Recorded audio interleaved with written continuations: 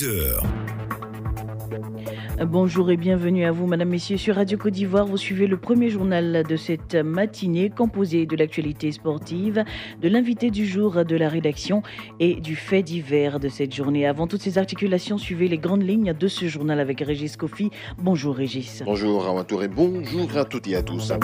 Débarrasser la Côte d'Ivoire des 90 000 tonnes de déchets d'équipements électriques et électroniques et des pneus usagés, c'est la mission que le ministère de l'Environnement confie à la Société Générale de Surveillance. 1,5 milliard de francs CFA pour le fonds d'appui aux femmes de Côte d'Ivoire, FAFSI. Une enveloppe additionnelle de la première dame, Dominique Ouattara, pour l'autonomisation des femmes du district d'Abidjan. Municipale et régionale, la commission électorale indépendante rencontre les candidats à une semaine de l'ouverture de la campagne. Et puis, intimidation, arrestation arbitraire, meurtre, 66% de toutes les violations de droits de l'homme commises en RDC au mois d'août sont attribuées aux forces de l'ordre. La mission de l'ONU dans le pays se dit inquiète. Démarrons ce journal par cette information. La Société Générale de Surveillance veut apporter son expertise à notre pays. C'est dans le cadre de la gestion des déchets d'équipements électriques et électroniques. Il s'agit de mettre en œuvre un important projet relatif à la gestion écologique de ces déchets et des pneus usagés. Cette structure a signé une convention avec le ministère de l'Environnement hier jeudi. Une initiative qui traduit l'engagement des autorités ivoiriennes à créer des emplois verts et partant à protéger l'environnement. Professeur Joseph Sekaseka, ministre de l'Environnement et du Développement durable. Le ministère de l'Environnement et du Développement durable envisage de mettre en place, sur la période 2017-2020, plusieurs filières de valorisation et de recyclage des déchets, dont la filière de gestion des déchets d'équipements électroniques, électriques et des pneus usagés. C'est dans ce contexte qu'intervient la signature du contrat de prestation de services entre l'État et la RGS, qui va permettre à la RGS de mettre en route le projet. La mise en place de cette filière permettra de générer des ressources financières pour le secteur des déchets et contribuera non seulement à l'amélioration de la gestion des déchets dangereux, mais d'assurer la protection de l'environnement et de générer environ 10 000 emplois verts. Je le disais en titre, la première dame vient d'octroyer une enveloppe additionnelle d'1,5 milliard de francs CFA aux femmes du district d'Abidjan. La cérémonie de remise des chèques a eu lieu hier dans la commune d'Abobo. Karamoko. C'est dans une ambiance festive que s'est déroulée cette cérémonie. Les femmes des 13 communes du district d'Abidjan sont venues nombreuses pour réserver un accueil des plus chaleureux à celles qu'elles considèrent comme leurs bienfaitrices. Grâce à Dominique Ouattara, ces femmes pourront désormais entreprendre des activités génératrices de revenus en vue d'être autonomes. Elles ont reçu de la première dame des chèques d'un montant global de 1,5 milliard de francs CFA dans le cadre du FAFSI, le fonds d'appui aux femmes de Côte d'Ivoire, un programme de financement de micro-projets qui va non seulement permettre aux bénéficiaires de soutenir leur famille, mais aussi d'améliorer leurs conditions de vie. Le ministre en charge de la femme, tout en saluant l'efficacité de ce programme dans la lutte contre la pauvreté, remercie l'engagement de la première dame pour la cause de la femme. Bakayokoli Ramata. En décidant de mettre en place et conduire ce fonds, vous démontrez encore une fois qu'investir dans les femmes, c'est contribuer à l'émergence et au développement de notre pays. Vous donnez ainsi la possibilité aux femmes de toutes les régions de Côte d'Ivoire d'accéder à des ressources financières et de jouer pleinement leur rôle au sein de la société. Quelques bénéficiaires rencontrés disent combien ce fonds va changer leur vie et expriment leur gratitude à Dominique Ouattara pour sa générosité. Merci à maman Dominique Ouattara, celle-là même qui a permis que je sois ce que je suis aujourd'hui. C'est grâce à elle que je suis une femme épanouie, autonome aujourd'hui. En plus du FAFSI, la première dame a offert d'importants lots de matériel aux femmes d'une valeur de 100 millions de francs CFA. Il s'agit entre autres de matériel de couture, de coiffure et plusieurs lots de vivres et non-vivres. On vient cette information municipale régionale. À une semaine de l'ouverture de la campagne, la commission électorale indépendante CEI a rencontré les candidats hier, rencontre au cours de laquelle chaque candidat a reçu la version électronique de la liste électorale définitive. C'est ce que nous dit Adama Bakayoko. La liste électorale définitive compte 6 595 790 électeurs, dont 3 357 633 hommes et 3 238 157 femmes répartis sur 10 599 lieux de vote pour 20 504 bureaux de vote.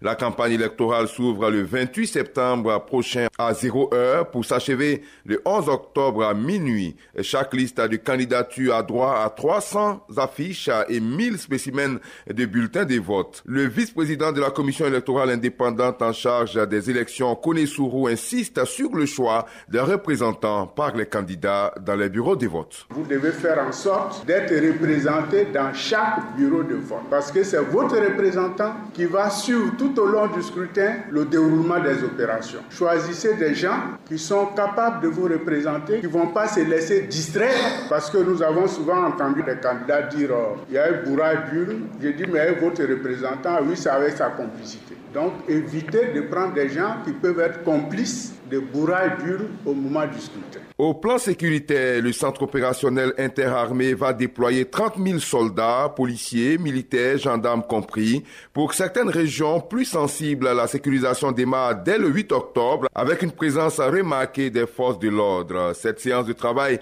s'est achevée par la formation des candidats au mode opératoire des élections couplées.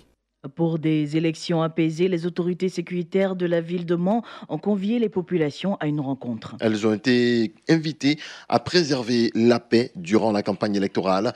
Les participants à cette rencontre ont été exhortés à ne pas provoquer ni à céder à la provocation.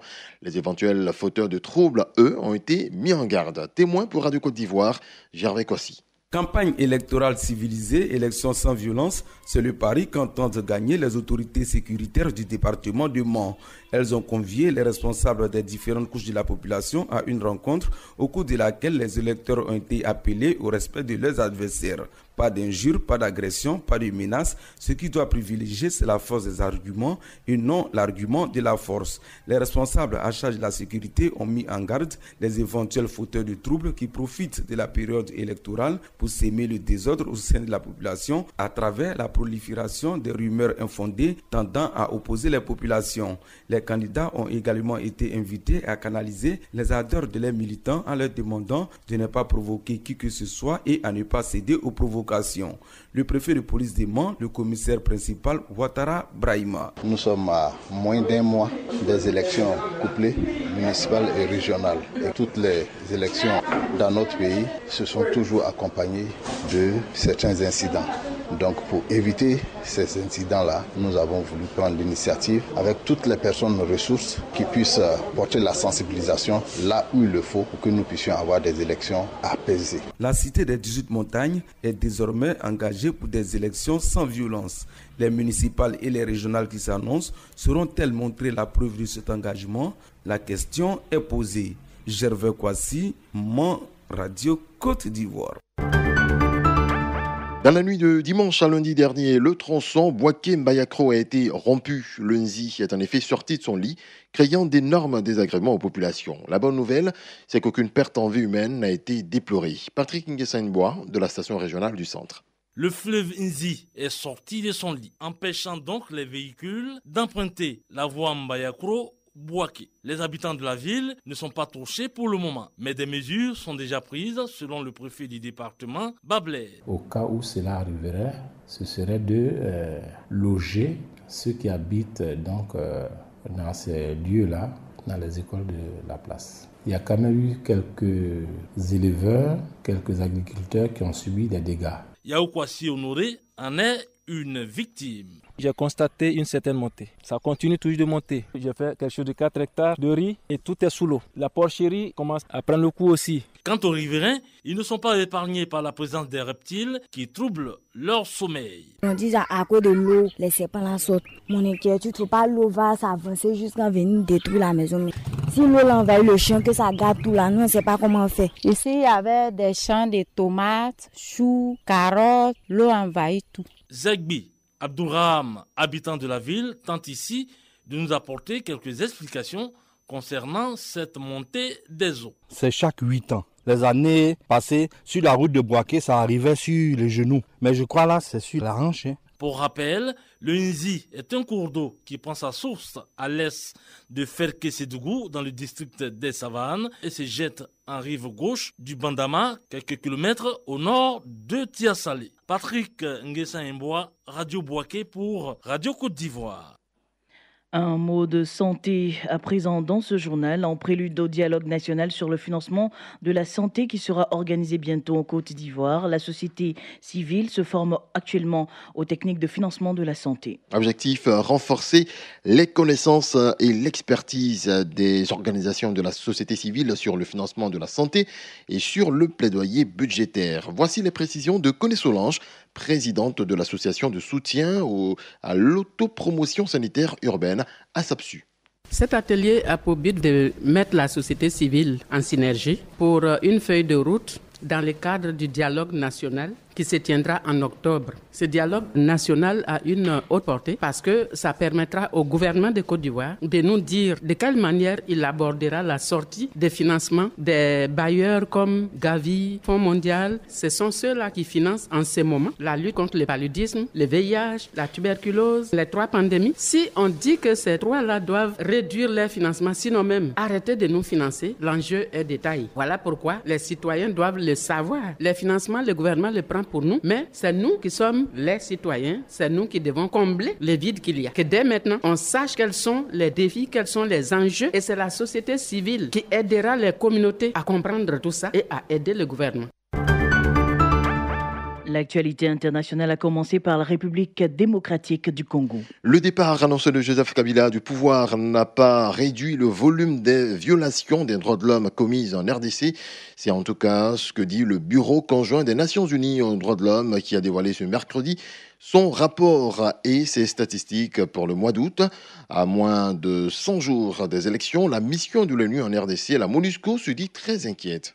Au Mali, la grève entamée par les magistrats continue malgré une rencontre mardi avec le nouveau ministre de la Justice. Alors qu'il vient d'entrer en fonction, Tiena Coulibaly a convoqué tous les syndicats des travailleurs de la justice.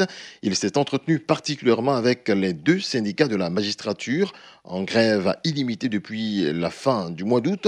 Il réclame la sécurisation du personnel judiciaire sur tout le territoire et la revalorisation de leur salaire.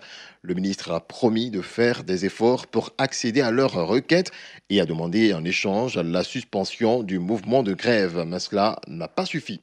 Cela ne va pas arranger les relations entre la Chine et les États-Unis. Les Américains ont décidé de sanctionner une unité de l'armée chinoise pour avoir acheté des armes russes. C'est la première fois qu'une entité étrangère est ciblée dans le cadre de cette loi qui interdit toute transaction avec Moscou en matière d'armement. Voilà, c'est la fin de ce rendez-vous sur l'actualité. Coup d'œil à présent sur l'essentiel de l'info. Débarrasser la Côte d'Ivoire des 90 000 tonnes de déchets d'équipements électriques et électroniques et des pneus usagés, c'est la mission que le ministère de l'Environnement confie à la Société Générale de Surveillance. 1,5 milliard de francs CFA pour le fonds d'appui aux femmes de Côte d'Ivoire, FAFSI. Une enveloppe additionnelle de la première dame, Dominique Ouattara, pour l'autonomisation des femmes du district d'Abidjan. Municipale et régionale, la commission électorale indépendante rencontre les candidats à une semaine de l'ouverture de la campagne. Et puis on le disait un instant, intimidation, arrestation arbitraire, meurtre. 66% de toutes les violations de droits de l'homme commises en RDC au mois d'août sont attribuées aux forces de l'ordre. La mission de l'ONU dans le pays se dit inquiète. Merci Régis Kofi. Nous allons passer au sport dans quelques instants. Ne bougez pas. Le journal des sports. Koulibaly Sandou. Madame, Messieurs, place donc à l'actualité sportive sur Radio Côte d'Ivoire. Bonjour Ladji Sandou. Et bonjour Awa Touré, la quintessence du sport sur Radio Côte d'Ivoire, c'est ici et maintenant.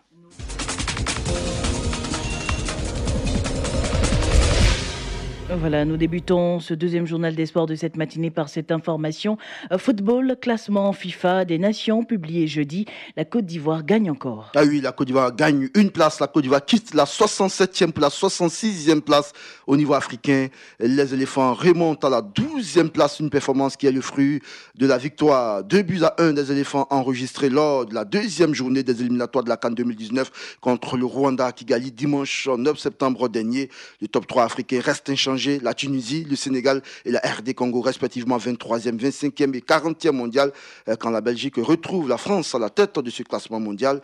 En attendant le prochain classement prévu le 25 octobre prochain, la troisième journée de la Ligue 1 de Côte d'Ivoire se dispute ce week-end. 6 matchs sont prévus samedi, dont 4 à l'intérieur du pays. À suivre le déplacement difficile des Aiglons de l'Africa à Bengourou, désormais sous les ordres du pompier de service Diaby Almami. L'Africa défie l'Asie. À Yamoussoukro, le standard sera à l'épreuve du leader militaire à Soa. À Boaké Football Club accueille l'Is de Sassandra à San Pedro. L'Union sportive des clubs de Bassam visite les portiers du FC San Pedro ici à Abidjan au stade Robert Champrou à Makuri. À suivre respectivement Mossou FC Racing Club d'Abidjan et Afad Sporting Club de Gagnoa à 15h30 et à 18h. Enfin, dimanche, un seul match à Seka Mimosa, Ulamzil Athletic Club prévu au stade Félix Houphouët-Boigny. CAN U17, après l'élimination des Éléphantaux, l'heure est au bilan. Ah oui, l'heure est au bilan après donc avoir manqué la qualification pour la CAN U17 2019 prévue en Tanzanie. Dia Mamadou, le chef de la délégation des Éléphantaux du tournoi UFOA-B des Nations à Niamey, estime que l'élimination des cadets éléphants est le fait de la mauvaise ambiance qui prévaut au sein de la grande famille du football ivoirien. Il y en a qui accusent, disent que c'est parce qu'on ne travaille pas et que notre football est en train de perdre son niveau et tout ça. Moi, je ne crois pas à ça. Moi, je pense que c'est une année où on n'a pas eu la baraka du tout. Et moi, ça ne m'étonne pas. Les querelles que nous avons ici en Côte d'Ivoire, elles ne sont pas faites pour nous aider. Si on est unis, Dieu met sa bénédiction sur ce qu'on fait. Et malheureusement, on se bat entre nous et tout ça. On a beau être fort, si nous ne sommes pas unis ensemble, si nous n'avons pas le même cœur ensemble sur la chose, ce n'est pas certain qu'on aille de l'avant. Dia Mamadou, propos recueillis par Mohamed Lamine Sanogo. Puis sur le continent, début ce soir des quarts de finale retour de la Ligue des clubs champions. 3 matchs sont au programme. Le TP Mazambé de Sylvain Beau et Koufi Christian reçoit à 13h Primero d'Angola 0-0, c'était le score à l'aller. Débit tunisien à Sousse entre l'Étoile du Sel et l'Espérance de Tunis. Léger avantage aux espérantistes, vainqueurs à l'aller 2-1. Et le Wydad du Maroc tentera de remonter son handicap de 1 but face aux Algériens du Sétif.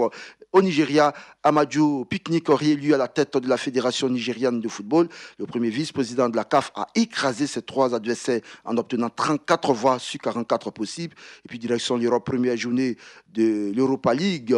Quelques résultats des matchs joués hier. Le FC Séville étrit 5-1 Standard de Liège. Arsenal atomise 4-2 Voskla. Défaite de Marseille à la maison 2-1 devant Francfort. Bordeaux n'a pas fait mieux en déplacement. Les Girondins s'inclinent 2-1 chez Slavia Prague. Seul Rennes a gagné. Les Tchèques de Jal Lonek 2-1. Omnisport, la Côte d'Ivoire s'est récompensée ses meilleurs athlètes. Oui, après le travail, la récompense, le sens de la cérémonie organisée jeudi en l'honneur des athlètes éléphants médaillés des 3e Jeux africains de la jeunesse en Algérie. Pour rappel, la Côte d'Ivoire a gagné au total 13 médailles, dont 3 en or au mois de juillet dernier à Alger. Jeudi, le ministre des Sports a remis aux récipiendaires la somme globale de 7 50 000 francs CFA comme prime de victoire. Le ministre des Sports, Dan Paulin Claude, a rappelé aux récipiendaires de continuer sur cette lancée pour une Côte d'Ivoire sportive forte. À chaque fois que vous allez porter haut le flambeau de la Côte d'Ivoire sera être reconnaissant à ses fils et à ses filles. Nous vous engageons à poursuivre vos efforts pour être performants dans vos différentes disciplines. Soyez forts, soyez studieux et soyez des modèles de réussite. Parce que nous voulons aussi que le sport soit et devienne un creuset de création de richesses. C'est ce qu'on appelle l'économie du sport. Vous pouvez vivre de votre pratique sportive et vous devez pouvoir en vivre fièrement dans toutes les catégories et dans toutes les disciplines. Et vous dire que nous attendons de vous encore beaucoup plus. Et n'hésitez pas à vous dépenser le plus possible parce que vous avez derrière vous un gouvernement responsable qui qui veut vous accompagner et qui veut vous soutenir. Dans Au Paulin Claude, et puis parlons Maracana, Abidjan abrite la 7e édition de la Maracana à partir du 25 septembre prochain au Parc des Sports de 13 juillet. À 5 jours de l'événement, le commissaire Bleu-Blanche-Allemagne, le thème d'une rencontre d'évaluation avec toutes les commissions techniques, s'est réjoui des avancées dans les préparatifs. Pour ce qui est des chambres, tout est bouclé. L'INJS, mais également les grands hôtels de la place. Au niveau de la restauration, nous sommes en train de mettre tout en œuvre pour boucler tout ce qu'il y a comme budget. Le transport interne, au plan logistique, nous sommes très avancés en négociation pour avoir le meilleur rapport qualité-prix. Au niveau de la sécurité, nous avons eu une réunion au sommet avec M. le directeur général de la police nationale, le contrôleur général Youssouf Kouyaté et son adjoint chargé de la sécurité publique, qui est en train de prendre les mesures pour qu'on ait non seulement les motos pour le cortège des officiels, mais également la sécurisation des sites d'hébergement, des sites d'entraînement et des sites de compétition. Également les sites de loisirs. Et au niveau de la commission médicale, nous avons pour partenaire Médicis sur l'événement qui nous envoie et les ambulances et les médecins, également des sapeurs-pompiers militaires, le SAMU, pour que tout soit prêt le moment venu. Le commissaire Bleu-Blanche-Allemagne, fin de ce journal des sports. Merci à tous.